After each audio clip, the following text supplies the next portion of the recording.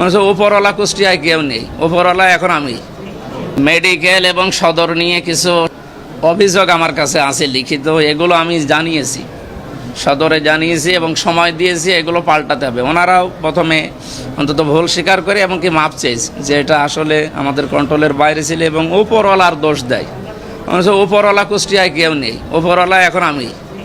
সুতরাং যা হবে কিছু হলে আমারে জানাবেন। দালালদের এবং ওই যে বিভিন্ন স্পিরিট মানির কথা বলা হয় এবং কালো কিছু হাত আছে, এই হাতগুলোর কথাও গোপনে কেউ কেউ জানিয়েছে। আমি সরাসরি জানিয়েছি যে 2 নাম্বারই কেউ যদি করতে চায় সরাসরি বলবেন যে মাওলানার কাছে টাকা দেওয়া আছে বা এই বিষয় বলা আছে, আপনারা ওনার কাছে যান। মানে এত ক্ষমতা নিয়ে কে চলে কুষ্টিয়ায় আমি দেখব।